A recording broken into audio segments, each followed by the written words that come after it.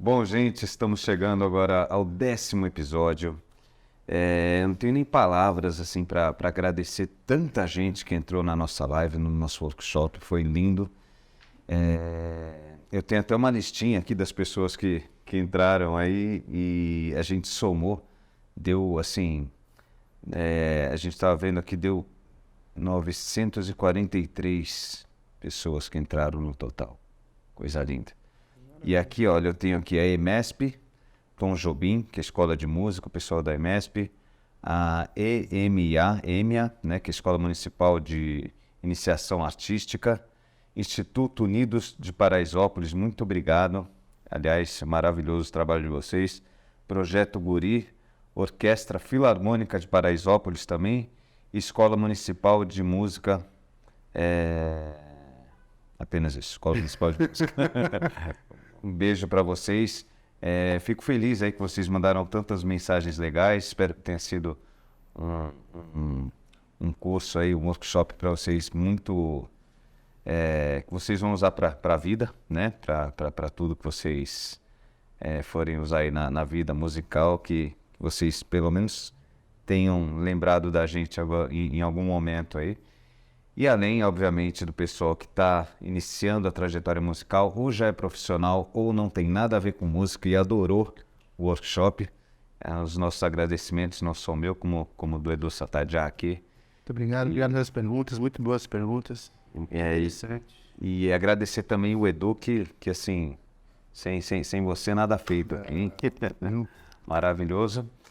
E um último agradecimento aqui que eu vou fazer agora é com o Ministério do Turismo, obviamente, e o Grupo Feital. Muito, muito, muito obrigado. Sem vocês, nada disso seria possível.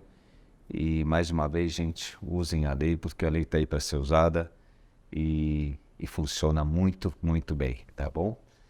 Bom, vamos falar hoje de música na estrada, música no estúdio e música nos bastidores, tá? A gente vai falar tanto de produção local como produção de base. Eu vou explicar um pouco o que é cada item desse aqui que eu estou comentando, mas em especial a gente vai falar da escolha agora dos músicos, que a gente chama de arregimentação. Então primeiro, assim, quando você vai pensar em uma banda ou com uma música que a gente, dessas três aí que a gente produziu e gravou, né? Quais músicos chamar para o estúdio, que tipo de músico vai funcionar para aquela música, se o estilo da música é samba, eu vou chamar uma pessoa, se é rock é outra, ou vou chamar uma pessoa para tudo, porque tem aquele músico que a gente fala que é mais músico, inclusive de estúdio, que é especialista em gravar com precisão, com tudo isso. Então, assim, quando você pensa em música para estúdio, o que você, por exemplo, pega a música que a gente gravou com o Stanley, tá? A gente fez aqui uma pré-produção e vamos supor que assim, olha, Edu, marquei estúdio para quarta-feira que vem, só que eu não tenho os músicos. Aí você vai fazer uma regimentação, né? Que é organizar esses músicos todos. Qual o processo que você faz desde os músicos até, depois a gente vai falar de roads, tudo isso, mas assim, com os músicos, o que te leva a chamar músico X, Y? Primeiro, depois de passar tanto problema em estúdio, em gravação, eu opto pelas pessoas que são mais que chegam no horário, que se dedicam, que você manda uma pré-produção, ela já vem com tudo pronto. Tá. Então, eu acho que eu penso mais nisso, hoje em dia. Antes eu pensava nos melhores, eu quero os melhores, eu quero os melhores. Sim. Às vezes os melhores músicos não são os que funcionam para o seu trabalho. Assim. Os melhores que a gente, nesse caso que você falou, os melhores, os que executam melhores o instrumento, né? Vamos dizer assim. E instrumento novo também é uma coisa assim, não novo, mas assim, um instrumento bem cuidado é imprescindível, né, para uma gravação, porque assim, quantas vezes a gente chamou um músico legal, tudo, mas que o cara não está num bom momento, teve que vender o instrumento. Isso acontece muito infelizmente, na nossa área. Quando veio a pandemia ou qualquer coisa dessa, que o músico parou de trabalhar, ele teve que vender muita coisa, assim, vários músicos. E o músico tem uma coisa que é legal também, assim, a gente acaba virando uma família. Então todo mundo vai ajudando todo mundo, né? Na medida do possível. Mas num caso desse, por exemplo, na pandemia eu gravei muito, porque a gente ficou muito lá de máscara e em estúdio, assim, isso aconteceu bastante. E eu lembro de músicos chegarem assim e falarem assim, ó, eu posso gravar, mas eu não tenho instrumento, ou o instrumento que eu tenho, ele não tá legal. Então, assim, a maioria dos que falavam que o instrumento não estava legal para mim, eles infelizmente nunca tiveram instrumentos legais e colocaram a pandemia numa desculpa, né? Como é que funciona para você esse lado? De tantas pessoas que você já conheceu, você já sabe quem vai ter instrumento bom, tudo, e eu tô falando do instrumento especificamente, porque isso é muito importante na captação de áudio, como a gente falou no episódio anterior. A gente tenta, na verdade, brifar até antes, né? Quando manda a pré-produção. Brifar, explica brifar. Explicar para o músico o que você está pensando naquela música, que timbre você pensa naquela música, que tipo de instrumento você gostaria. Porque aí, por exemplo, no baixo existem várias marcas e cada instrumento tem um som, né? Mas eu quero um som de Fender Precision. Eu pensei nessa música um som de Fender Precision. Então, se você puder levar nesse dia para gravar... É isso que a gente falou, cada música pede uma coisa, né? E a gente já, antes de chamar um músico, já pensa nisso também. Aquele cara tem aquele som ali que eu quero, Sim. que vai ser legal naquela música, eu vou chamar aquele cara. Legal.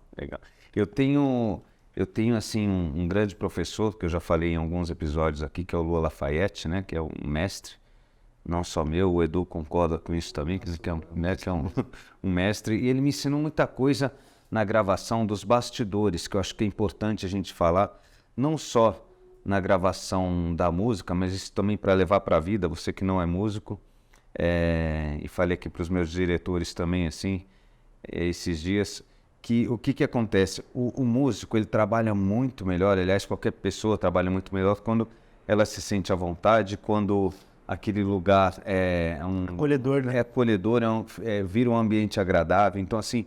Tudo isso está ligado a uma boa gravação. Então, assim, o Lua costuma falar assim, olha, sempre faz um almoço antes, sempre faz um lanche no meio, alguma coisa, porque as pessoas vão se sentir em casa, né? E isso não é uma coisa forçada. A gente faz exatamente para proporcionar isso para o músico e automaticamente isso vai refletir na música, né? Então, assim, não existe músico tocar bem de barriga vazia, né? Assim, e eu não estou falando, quando eu falo músico, gente, desculpa, eu estou falando só do músico, mas assim, é muito importante a escolha do engenheiro de som, no caso, que vai fazer a mixagem, a masterização, a captação de áudio, a gente vai falar um pouco sobre isso. Os holds também, o que são os holds? São os caras que simplesmente deixam tudo isso aqui pronto, sabe assim? Você marca a gravação às 2 horas, aí você escreve tudo que você quer para aquela gravação, faz um mapa de palco, que a gente chama, e isso não só para gravação, como para show, para tudo, e você chega e está tudo pronto, isso daqui. Então, assim, eles são muito importantes, assim, né? Assim, não existe só o músico ser importante numa turnê, ou numa gravação, ou enfim, quando você vai tocar na casa de alguém, assim, você precisa ter uma equipe muito fera ali, né? E a música... O resultado final da música engloba todo mundo, desde o cara que ligou, assim, a luz, a câmera, tudo, né, assim, a gente fica... Mesmo porque quando você tá na estrada e você tem uma passagem de som às 2 da tarde, o cara tá lá desde as 9 da manhã. Isso. Pra deixar tudo pronto pra passagem dar certo. Então são caras que são importantíssimos. Exatamente, assim, eles são... responsáveis por deixar aquilo acolhedor, aquilo da maneira que você... E quando você já trabalha com uma pessoa, dificilmente você troca, a não ser que essa pessoa... Geralmente a pessoa que é muito boa, ela tem vários trabalhos também, ou ela tem um artista grande que eu digo no sentido de... A gente fala entre aspas, famoso, ou que paga muito bem, então assim, você acaba não tendo acesso. Mas esse cara tem uma janela ou outra e ele não para de trabalhar, então você... sempre tem que ligar assim com a esperança de que aquela pessoa possa trabalhar com você. E isso acontece com músico também. Eu fui gravar um álbum agora recentemente E liguei para o Sérgio Carvalho também, né? Que no caso o Serginho é irmão, né? Mas assim, e é um cara que toca muito com várias pessoas. E eu falei, Serginho, assim, poxa, você poderia fazer nesse dia? Ele falou assim, cara, não posso, não sei. Mas eu me arrisco a perguntar para um cara que eu acho o máximo, assim, sabe? No caso, o Serginho, ou o Fernando Rosa, ou o Edu. O Edu, por exemplo, estava em turnê e ele não pôde gravar um baixo numa música que eu pedi, né? Mas é porque eu tinha prazo. Mas assim, sempre acredite, isso não importa se você está começando ou não. Por exemplo, você tem um sonho que o Edu toque na tua faixa aí, manda um inbox para ele. Não é o meu caso, porque eu não sou desse tamanho musical, mas assim, mas assim, com certeza, a gente está sempre às ordens aí, e se sobrar tempo, não existe essa de tocar só com os grandes, né? Não. Né? Acho que o músico ele tem que se unir, não importa o estágio que ele esteja na música, né? Edu, fala um pouquinho pra gente, por exemplo, você fez uma turnê recente que a gente falou, acho que lá no primeiro episódio até, e eu queria que você falasse um pouco como funciona a logística de uma turnê assim. Você falou que se pegou filas intermináveis, que tinha assim, tinham pessoas de idade, e tudo isso a gente falou, mas assim, como é que funciona assim? Cada lugar que você foi é um palco diferente, por exemplo, e aí você tem que se adaptar àquele tamanho de palco, tudo. Como é que funciona isso em relação ao hold, em relação à pessoa que vai preparar tudo para Na verdade, você? como músico, assim, a gente chega na hora que tá programado para passar o som, já tá tudo pronto. Uhum. A gente passa o som, às vezes vai pro hotel, volta e toca. Agora, para quem é produtor, executivo, produtor de base, o negócio é O produtor executivo, qual a função dele? Ele faz exatamente o quê? Ele é o cara que é, faz os é, pagamentos todos? é o que faz pagamentos, Tá, é o que marca, financeiro. é o financeiro, é o que marca as coisas e passa pro produtor de base. Produtor de base é aquele que tá É aquele que tá na estrada junto. tá na estrada. Geralmente os executivos não tá.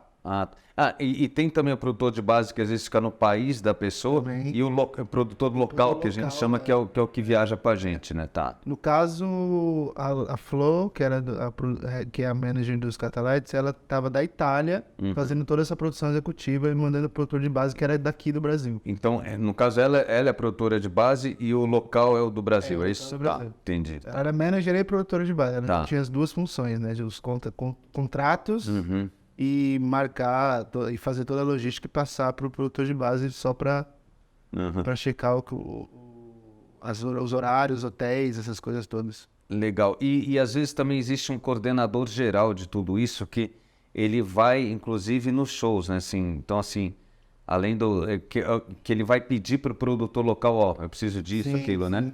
sim. E aí você tem o produtor local, que o produtor local às vezes pede para assistente de produção local também, ou seja, eu estou falando todas essas etapas, gente, Cara, eu não vejo muito mais porque já fica muito custoso. muito Porque já são custoso.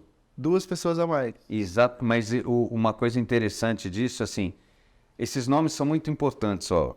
Produtor executivo então, aquele que, ao meu ver, assim, é aquele que cuida da parte financeira, que marca o show, tudo isso. O coordenador geral é aquele que vai falar com a produção de base e vai falar com a produção local. E não necessariamente ele vai estar viajando, mas ele tem esse... O produtor local é aquele que está cuidando ali os artistas. Olha, eu quero toalha branca, uvas verdes e vinho rosé. E aí o produtor local tem uma assistente que vai falar assim, olha, vai nas lojas americanas agora, que tem uma aqui no shopping, vai sei lá, comprar vinho aqui, se vira, assim, o assistente de produção ele fica louco, e a produção local tem que falar assim, tá chegando tudo, então assim, tudo isso é importante, esses nomes são muito importantes, a gente falou de produção executiva, coordenação geral, produção de base, produção local, e assistente de produção local ou de base. Tudo isso é importante porque quando você vai construir um projeto, você tem uma planilha que já é automatizada com todos os itens. Então, assim, você sabendo a função de cada um, você põe o teu sonho ali no projeto. Nem que você não consiga toda a verba quando o teu projeto for aprovado, que seria a captação de recursos, mas coloque teu sonho ali e fala assim, não, o ideal seria isso aqui, ó. Seria a banda do Rolling Stones teria isso aqui, né? Então, eu vou em cima do que eu acho que é legal. E aí você constrói isso e vai aprendendo também a se organizar, né? Numa turnê, numa gravação. E isso te dá muita... Como é que se fala? Muita chance para você fazer o teu sonho acontecer, vamos falar assim, né? Oportunidade para que o teu sonho aconteça. Então, é extremamente importante você saber esses nomes, que a planilha automatizada ali do Ministério vai ter todos os itens, né? Isso é bem bacana. E, Du, então assim, como é que funciona a adaptação de palco de um lugar para o outro? Teve um show teu que eu vi depois do episódio 1 que você falou, eu vi um vídeo do City Light, que foi bem legal. Sim. Aliás, uma casa maravilhosa aqui em São Paulo, né? Que a gente pode... casa nova, bonita. Muito bonita, City Light, né? E aí eu vi que ficou os 3 metais ali da banda na tua frente e você tudo espremido. E nesse show tem uma hora que você fica sozinho e você tem uma performance, que você me falou ali em office, você tinha falado para mim. E você não tem como ficar à vontade, mas ao mesmo tempo você não tem que passar aquilo para a plateia. Como é que funciona essa adaptação quando o palco não é grande, por exemplo? A gente tocou em todos os tipos de palco nessa turnê aí. E esse foi acho que um dos menores. Tá. Do City Lights. Tá, entendi. Eu acho que ele é retangular, assim, né? Ele é espremido. Ele é comprido, mas é espremido. Ele não tem fundo, né? Profundidade. Profundidade. E eu acho, assim, eu penso que a manager manda todo o projeto, né? E os músicos e tal, e acho que questiona a casa de show. Cabemos? Cabemos nesse palco? Sim. E aí acho que o cara dá o ok, não, cabemos e aí vai. Tá. Eu acho que mais ou menos é assim que funciona. Legal. E quando você tem um palco muito grande, por exemplo? Então, quanto maior só acontece também, mais difícil é o mais som. Difícil né? Então a gente tenta juntar. Às vezes o palco é muito grande, a gente tem que ficar mais junto possível. Tá. Não muita gente separada, porque aí a gente consegue se ouvir melhor. Que é diferente do que você falou com a orquestra que você fez, a Jazz Sinfônica, que aí sim você precisa num palco grande, que senão não tem o que fazer, né? Entendi. E com microfonação, nossa, é uma loucura aquilo. Tá, e eu vejo assim, isso por tocar também, mas eu queria saber um pouco da tua parte. Como é que funciona isso de, por exemplo, tocar em ginásio para mim, ou em lugar que tem muito vidro, é horrível, né? A acústica do lugar, né? Assim, em teatro grande também é complicado. Eu toquei bastante teatro grande, assim, é difícil também se ouvir, e aí tem a volta, dependendo, não sei, o projeto acústico às vezes não é muito bom, e aí o som bate e volta, e aí fica a acústica fica aquela coisa, né? Nossa, fica aquela loucura, você não tá ouvindo nada, mas tá ouvindo tudo. Aí sempre tem um músico que quer tocar um pouquinho mais alto, aí todo mundo aumenta, aí fica aquele bololô, né? A gente acaba descendo a mão, assim, quanto maior a tendência é tocar mais alto. Eu tô falando isso, gente, porque assim, é muito importante a gente saber que o engenheiro de som, eu ia falar isso, né? Que é quem fica... levar no engenheiro de som. Sempre leve um engenheiro de som. Se você vai fazer piano e voz num casamento, leve um engenheiro de som. Nem que você não tenha o seu cachê, mas para que você não faça feio. Por que eu tô te falando isso? Por exemplo, quando você pega um lugar desse e a gente sabe que a gente está com engenheiro de som bom, no caminho pro lugar a gente fala assim, pelo menos fulano de tal tá aqui. Graças a Deus que eu tenho ele aqui. Porque assim, senão vai ser assim uma catástrofe. Na verdade é legal casar o engenheiro de som da banda com o engenheiro da casa. Porque aí o cara sabe como soa o som na casa, o cara da casa. E o seu engenheiro sabe como soa a banda. No City Light é assim, né? Assim. Que é o... E aí os dois, entre eles, se conversam, né? Se ajustam. Que é o nosso amigo lá de engenheiro, o engenheiro de som. Que ele sabe como funciona a casa, como o som da casa. Porque às vezes o engenheiro da banda não sabe como é. Sim. Bate cada frequência na casa e o cara da casa já sabe. Então é interessante os dois estarem em contato. Sem dúvida. Tem isso e tem também, assim, quando você vai tocar num teatro que não tem muita muita familiaridade com a música, né? Assim, eles fazem mais, assim, teatro, realmente, assim, tem monólogos, enfim, outras coisas rolando. Não tem um técnico de som adequado naquele lugar. Assim, por mais que tenha alguém que opere o som, que solte um playback, que a gente chama, né? Que é para uma trilha que está gravada, ou alguma coisa do tipo assim, já é gravada, um playback. A gente precisa levar, assim, esse profissional. Tem vários aqui no Brasil que eu conheço, assim, que são maravilhosos. O Fernando Leite é um cara excepcional. O Luiz Paulo Serafim, que é um grande mestre também, não só de palco, como de gravação também. O Luiz Paulo, ele fez gravação de CDs mesmo, assim, mixagem também. Mixagem a gente tem o Maurício Sessósimo, que é maravilhoso. Tem o Fernando Gotham também, que é outro feríssimo, assim. Bom, enfim, tantos aqui. A gente tem bastante gente. Né? Tem muita gente bacana, mas, gente, não deixe de levar o seu técnico de som para um show. O que a gente está falando aqui é um técnico que a gente chama de PA. O que é PA? Quando a gente está tocando e tem aquelas caixas enormes que ficam ou no chão ou em cima, assim, que é como se fossem várias caixinhas em cima, assim, elas chamam line array, né? O nome é line array. E geralmente esse técnico que a gente está falando, que consegue salvar o som da casa, porque a acústica não é tão legal, ele fica lá no fundo do teatro ou do estádio, enfim, e ele cuida dessa parte do PA, que é essa caixa grande. Para o público. Exatamente. E o nosso som interno aqui é outra coisa completamente diferente. Tem outro técnico de som aqui que cuida da monitoração. Então, ele é um técnico de monitor, né? Então, assim, o som que você está ouvindo aí, público, nem sempre é o som que a gente está ouvindo. Aliás, nunca vai ser o som que a gente está ouvindo aqui interno. Às vezes, para você está maravilhoso e para a gente não está legal. E às vezes para a gente está maravilhoso e para vocês não está legal. Então é importante a gente ter a sinergia desses dois técnicos, né? Assim, de monitor e de PA. Me diz, Edu, assim, as roubadas que você já passou e como é que funciona a monitoração, assim? Qual monitoração você prefere? Com fone, sem fone? Não, eu prefiro caixa. E explica um pouco o que é isso. Eu prefiro caixa porque com fone de ouvido eu perco o ambiente, o som que tá rolando. Mesmo que tenha um microfone over, não é legal. Eu fico só com aquele som fechadinho dentro da orelha, então eu não gosto muito, eu gosto de ouvir o que tá acontecendo todo. Eu também sou assim. Tem gente que, pra cantar eu prefiro fone. Tá. Ah, entendi. Pra cantar eu prefiro fone. Por conta da afinação da voz? Só de você não gastar tanto. Às vezes o som não tá bom, aí você se esgoela ali.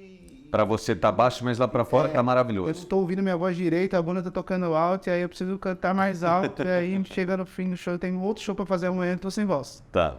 Então com fone de ouvido eu só boto minha voz no fone. E foi. Aí eu tranquilo, porque eu tô me ouvindo bem. Legal. Agora pra tocar eu prefiro caixa, não de fone. Ainda mais baixo, o fone não chega, baixo ali. Não, até chega, mas tem esse lance do ambiente, né? Perde o ambiente. Sim, perde completamente. Parece que eu tô tocando na caixinha. Eu concordo. Às vezes quando você é obrigado, às vezes, a usar o fone, né? Porque não tem outra alternativa, eu até tiro um pouquinho, né? Isso a gente faz bastante. A gente tira um pouco do ouvido e tem que para escutar o tudo, mas ter a precisão do que você está tocando. E tem lugares que a gente toca que o dono da casa fala assim, ó, não pode passar o volume daqui, ó. Desse... né, de tantos dBs ali, né, que é a medida do volume do som, dos decibéis, exatamente.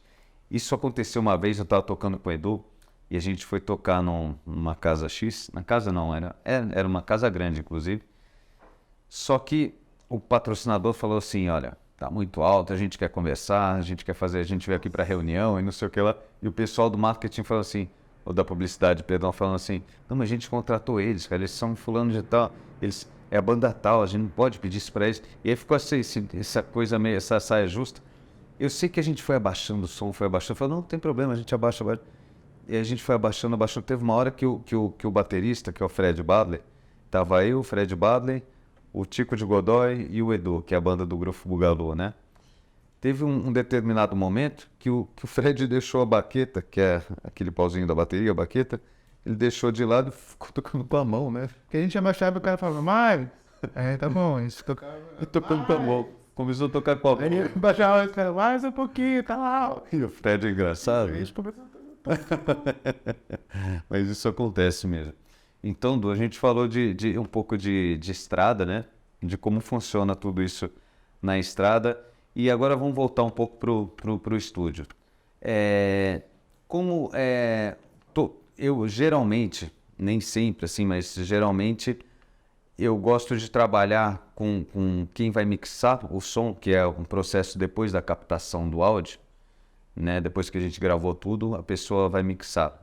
Eu vou explicar um pouquinho disso também, mas assim, eu gosto de trabalhar com o mesmo engenheiro de som para captação de som e mixagem, quando a gente vai para o estúdio grande ou pequeno, mas assim, porque ele já sabe o som que ele está tirando, referência. Como é que funciona isso? Explica um pouco pro... nem sempre o cara que também vai captar é um bom cara que vai mixar. Muito bom. Às vezes o cara só Bem colocado. faz a captação boa, mas manda para um cara que vai mixar, vai levantar o som melhor. Tá.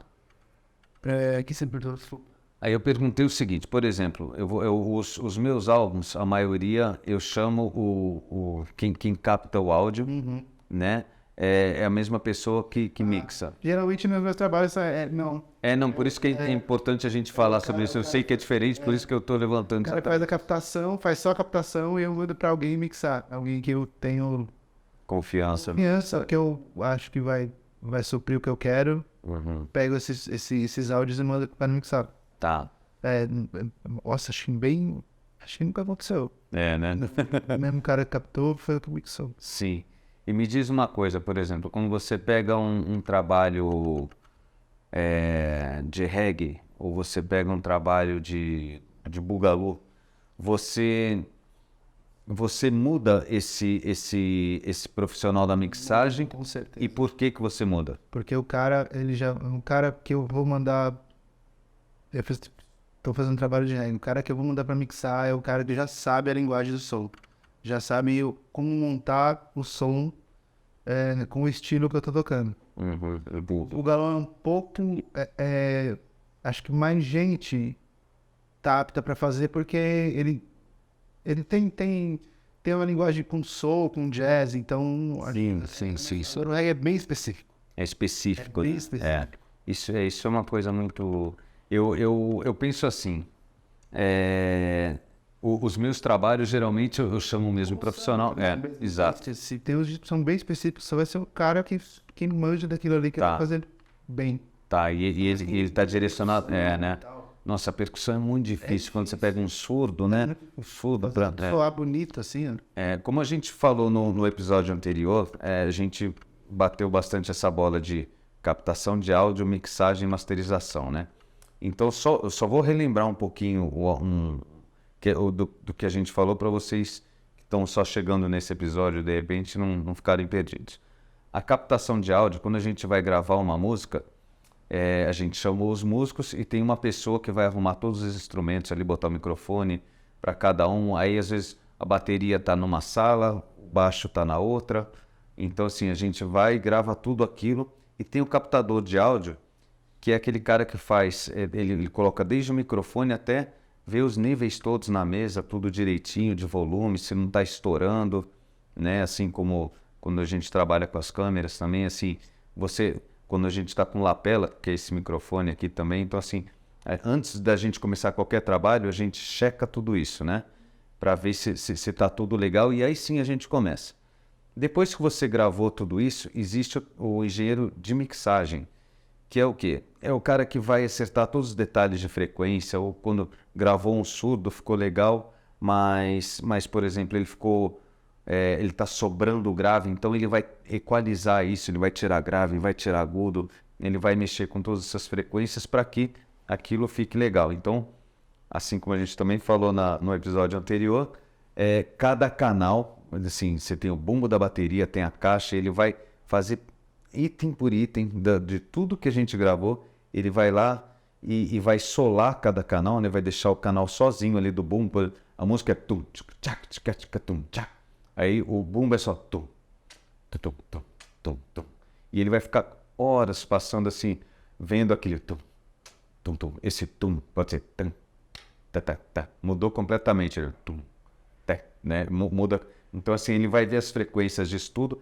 Depois que ele viu tudo isso, ele junta todo mundo e começa a ver os volumes. Estou falando de uma maneira bem rápida aqui, tá? Quando esse cara, ele é bom profissional, ele quer ganhar tempo, ele vai no dia da gravação Sim. e fala, olha, eu quero isso aqui desse jeito. Quando ele não captou o áudio. Perfeito. Perfeito. Vai facilitar a mixagem, então ele junta com o cara da captação e, ó, eu quero assim. Exato. Exatamente isso. Ele pega quando ele não é o captador de áudio, ele quer acompanhar. Esse é o ideal, né?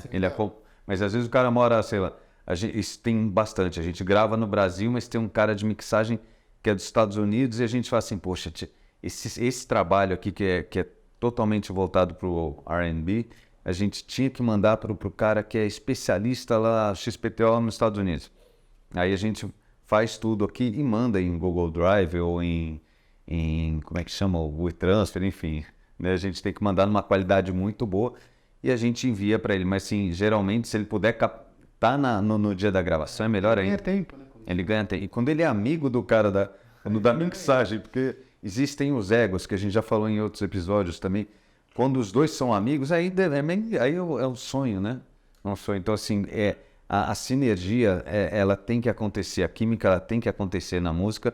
Por isso que eu digo, a música é muito além da música, assim, não tá só em a gente ter aquela composição que a gente começou a cantarolar e fez uma música linda, né? E sim essa construção toda. Então, gente, para você ter uma música legal, realmente você tem que passar por todo esse processo. Tanto de jeito que a gente falou que envolve. Nossa Senhora, e ainda depois da mixagem, que ele equalizou tudo, deixou linda, a gente falou assim, tá pronto. É isso, todo mundo gostou.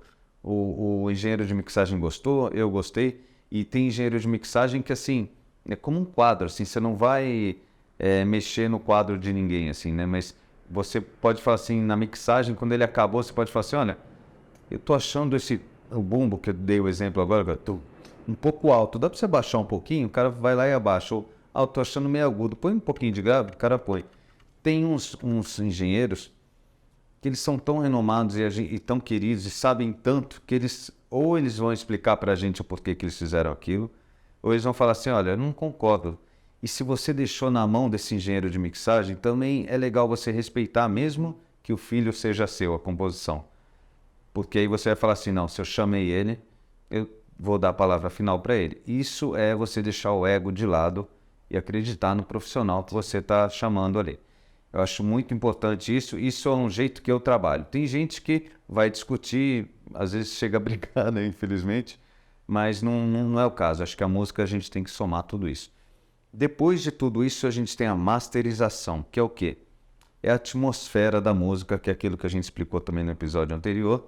É a atmosfera da música, onde é que a gente chegou, assim, você tem 9 faixas e a gente vai ver o volume de uma faixa para outra, para não ficar desigual, por exemplo, quando vai da faixa 1 para a faixa 2, uma faixa estava muito alta, a outra estava baixa, sabe? Então ele vai meio que deixar isso no mesmo volume, não só isso, a profundidade daquilo. Você quer tudo um pouco mais grave, um pouco mais... Estou falando bem a grosso modo, mas assim, você ter a mesma roupagem para todas as faixas. É extremamente importante a masterização. E é algo tão complexo assim, que tem engenheiros que só fazem masterização. Estúdios que só fazem masterização. Tem vários, assim, que a gente manda e nem sempre é tão barato, porque é uma das... Realmente é uma parte muito importante, assim.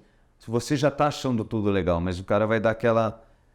sabe impedimento de gol impedido? É mais ou menos aquilo, assim. A gente entende, já estava aqui, mas a gente tem que perguntar o que aconteceu exatamente.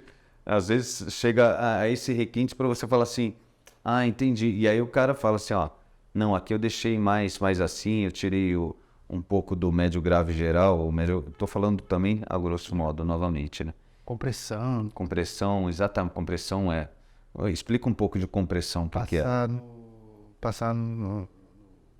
se você quer masterização, geralmente a masterização ele é no analógico, né? Passa no rolo de fita, no analógico. Nossa, é um trabalho lindo, assim, mas é bem complicado. Tem caras que só fazem isso. Existe o analógico e o digital, né? O analógico é como a gente gravava vamos dizer, em tempos atrás, e o digital é o que a gente, por exemplo, tudo isso que eu estou falando, a gente pode fazer tudo num teclado, tudo aqui, mas não vai ficar igual a uma gravação profissa que você pega. Todo mundo chega perto, obviamente, você pode gravar um violão aqui, tudo, mas sim, realmente é um trabalho complicado. Isso faz a diferença. A gente tem o home studio, tudo, mas o estúdio realmente O home studio, eu diria que ele é muito legal para uma pré-produção ou para quando você vai fazer um piano e voz, você tem um piano em casa ou grava um piano no estúdio, né? Assim, mas realmente eu acho que isso é uma coisa bem importante. Outra coisa que eu acho importante a gente passou todos esses episódios e com esses instrumentos aqui, eles estavam em algum lugar durante os episódios, mas, gente, instrumento, ele tem que ficar à mão. Assim, se você tem um instrumento guardado, deixa em algum lugar, assim, sabe? Deixa ele, por exemplo, montado em casa ou então você doa para alguém, porque é uma judiação, né, ter um instrumento. Então, assim, eu estou dando um exemplo aqui, por exemplo, eu gosto de tocar saxo, eu não sou saxofonista, né, eu estou começando, mas eu tenho um saxo muito legal e quando ele não está montado, eu nem lembro, assim, porque você tem que montar essa peça, aquela, então, assim, eu gosto de deixar montado. O violão sempre à mão, para você que é compositor, tudo, um violão, se você tiver um teclado, um piano também é legal. Gaita é um instrumento, então eu estou sempre com ela em todos os lugares que eu vou. E quando você tem, por exemplo, esse acordeão que o turbinho. é o turbinho, que assim, é um acordeão que você pode usar até num show tudo, mas ele tem que estar muito, muito bem afinado, tudo direitinho, né? Mas não, assim, existem acordeões que você vai pagar não sei quanto, né? E esse é um acordeão por exemplo, de um valor que é acessível. Mas para você brincar mesmo, por exemplo, para você compor é muito bom, para você tirar a melodia toda, né? Enfim. E então sempre deixe o instrumento montado, gente, que é muito, muito, muito importante, né? E assim, para finalizar, eu queria que você falasse um pouco de tudo que a gente falou do episódio, assim, e se você fosse falar, assim, 3 coisas importantes de todo do apanhado geral que a gente fez até hoje, em relação à produção musical e arranjos, qual o conselho que você dá? Sobre o episódio de hoje, eu diria que o músico que toca no estúdio não é exatamente o que você vai levar para a estrada. Tá. Porque são ambientes diferentes, você precisa de uma pessoa que você consiga lidar com a outra na estrada, que é muito importante, não é só a música, é a pessoa que você consiga conviver, que consiga conviver com você, que não estraga problemas, que geralmente não tenha vícios e tal. Sim, isso Isso é bem na estrada é bem importante. Bem importante mesmo. Mais até do que o músico ser bom. Sim. Precisa saber conviver com os outros. Sim. Qual outro tópico que você traria? Assim, você falou de músico para gravar de estrada, vamos falar aqui de quando você tem o sonho de tocar num palco com pessoas maravilhosas, o que você que está iniciando, você deve pensar assim, para não ficar aquela coisa, nossa, será que eu vou? Como é que você foca isso de uma maneira prazerosa, que fala assim, ó, se tiver que acontecer, eu vou por esse caminho? Cara, eu acho que é acreditar e estudar bastante. É estudar o tempo inteiro e não só estudar a música, a teoria, mas estudar como funciona tudo que a gente falou. Como funciona a estrada, como funciona o estúdio. Tá. E tocar com qualquer músico. Você trabalhar com qualquer tipo de músico. E acho que é isso, é acreditar mesmo. Primeiro de tudo é acreditar. Quando você acredita, o negócio começa a abrir para você.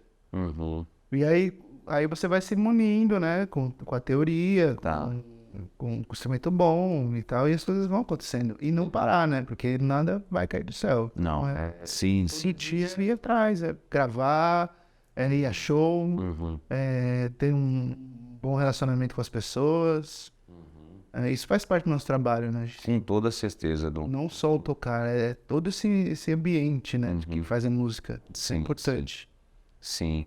Eu concordo plenamente com o que você está falando e assim, uma coisa que eu acho bem interessante de falar para vocês é que nem sempre aquilo que a gente gosta, que a gente ama na música, é o que a gente faz melhor, né? Isso é bem importante também, porque assim, eu amo o Ray Charles e o Stevie Wonder, sempre gostei muito dos dois, né?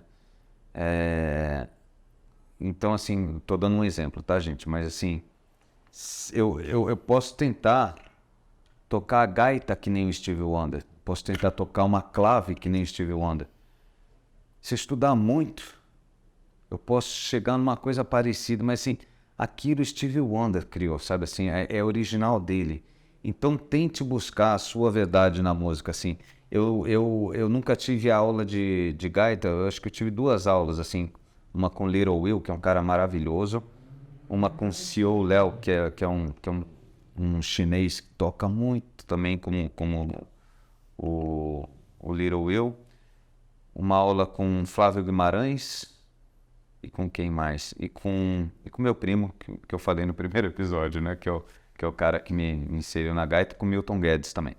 Enfim, todos esses são caras que eu amo, mas eu nunca tentei tirar um som deles assim, sabe? Assim, no começo você tenta tirar as frases, ou eu escutava muito Supertramp, que é uma banda que é lendária, maravilhosa, que tinha uma gaita ali no meio de uma música. Então, assim, tinham coisas que eu tentava tirar realmente, mas automaticamente eu acredito que o meu som de gaita, dos meus álbuns, eles são completamente diferentes dessa gente, assim, porque eu não busquei ser igual a eles, eu busquei uma coisa que eu falei assim, não, isso aqui está dentro do meu limite, eu gosto disso daqui, eu gosto de compor na gaita, então assim você cria um processo teu, e isso que vai te dar a originalidade do som, do timbre, do que você é na música. Isso que vai fazer com que as pessoas te chamem, talvez, porque elas se identificaram por aquilo em você, entendeu? Assim como eu gostaria de chamar Stevie Wonder ou o Edu, entendeu? Assim, quando eu chamo essas pessoas é porque eu gostei da verdade deles na música. Então, assim, música, além da música, eu ainda vou fazer Eu sempre falo isso para meus alunos de canto, na verdade, assim, cada pessoa tem uma voz que é única. E o que você, assim, porque, eu quero soar como Mariah Carey, quero soar como... Não, você tem uma voz que é só sua, ninguém no mundo tem uma voz igual a sua. Exato. E o que você pode fazer com a sua voz? Com a sua voz, sem... A influência é importante, sem as influências necessárias é importante. Mas o que com a sua voz, e buscar dentro de você a sua música, o que vibra de você musicalmente? O que é a sua música? Que, como eu te disse, cada ser é único. Então, o que você pode fazer com essa voz que é única? E achar isso. Isso é difícil, né? Às vezes passa a vida inteira tentando achar a nossa própria música. Mas eu acho que é importante que a gente busque desde já. O que é a minha música? Certo. Né? O que me influenciou, que a partir do que eu tenho de bagagem eu posso criar uma coisa que é só minha. Perfeito. É porque isso aí vai ser tua identidade, né?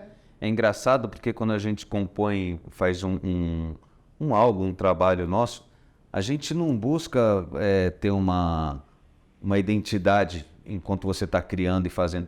Mas quando você vai escutar o todo, depois da masterização, as pessoas que escutarem vai falar assim, isso daqui é ele. Isso é muito legal. Por quê? Porque é automático, né? A gente não, e quem busca isso geralmente não consegue isso. Então, assim, vá na sua verdade, na sua originalidade, que você vai, com certeza, criar uma identidade. Você já é uma identidade. Não se influencie com referências. A gente já nasce pronto, viu? Na minha concepção, a gente já nasce assim, as referências que vão ser certas ou erradas, assim, é difícil jogar o que é certo ou errado, mas assim, isso eu estou levando para a música também. Então, assim, o que vai te influenciar, o que pode te levar para um ótimo caminho ou para uma catástrofe musical. Você fala assim, pô, coisa plástica, que tá ali. Exato, existe, né? Exato. Então, assim, eu acho que é bem importante tudo isso. Bom, gente, a gente está, infelizmente, finalizando o workshop aqui, que foi maravilhoso, assim, eu não tenho... Eu passei por tantas coisas aqui, tantas lembranças da vida, e vi a irmandade que a gente tem, assim, realmente, quando eu chamei o Edu aqui, no primeiro episódio eu falei isso, que ele nem sabia que ele ia fazer isso, e eu falei assim, Edu, só vem pra cá. Como foi do Native Soul Man, do episódio passado, que a gente passou um pouco sobre isso. A gente conversou um pouco e depois falou, né, nas produções todas aqui. Mas eu queria agradecer imensamente ao Edu Satadia. Aliás, gente, sigam, procurem Edu Satadia. Soletra pra gente. No Instagram, Edu Satadia, EDUSA, 2 T's, J-A-H. Edu Satadia. Eu já decorei. E me fala onde que a gente te acha lá. No Instagram, no Facebook também, Edu Satadia. Tá. No YouTube, Edu Satadia. E tem o site edusatadia.com, se não me engano, .net. .com. Maravilha. Vamos lá. Maravilha. Então tá. Muito obrigado também. Eu gostaria de agradecer muito.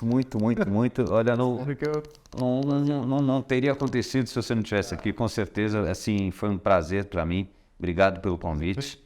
Viu? Obrigado por tudo. Eu gostaria de fazer também uma propaganda aqui. Procurem Marco De Vita, tá bom? Para quem gostou. E tem lá os meus álbuns, e o do Edu também no Spotify, né? Procura o nosso nome lá, Marco De Vita com T só.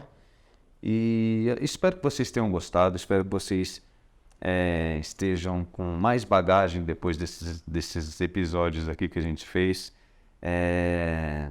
E tenho a certeza que assim, que você que absorveu um pouco da nossa história, que assim, a gente tem muita história já na música, eu tenho certeza que você vai sair, você vai lembrar da gente em algum momento, ou alguma dica que a gente falou aqui, ela vai vir na hora certa, porque a gente está aqui na música, além da música. Então, assim, em vez de estudar muito ou se matar pela música, não, pensam que isso é uma coisa prazerosa, que isso é uma coisa que vai te trazer luz, vai te trazer paz, vai trazer coisas boas para as outras pessoas, tá? E assim, esse é o meu ponto de vista na música. Quando eu falo não estudo, eu falo estudem muito, tá? Mas eu tô falando assim, pensem nisso, assim, em ser originais, em trazer o seu som, a tua verdade. Gente, muito obrigado. Gostaria de agradecer mais uma vez ao Ministério do Turismo e ao Grupo Feital, a todas as pessoas que hoje eu infelizmente, nem falei com vocês aqui, porque foi tão bom e emocionante o papo aqui que a gente acabou se alongando um pouquinho, mas gostaria de deixar o meu beijo aí. Espero que vocês tenham curtido. Até a próxima. Valeu. Obrigado. Valeu.